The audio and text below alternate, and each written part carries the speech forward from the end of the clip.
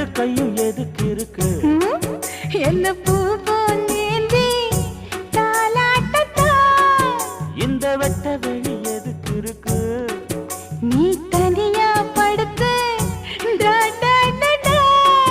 நான் பசிச்சிருந்தேன் ரொம்ப படுத்துறியே. கொஞ்சம் பொறுத்திருந்தா மெல்ல இருட்டு விழும். நீ குசிக்க பழங்கள் தாரே. நான் என்னென்னவோ நினைச்சு வந்தேன். நான் மட்டும்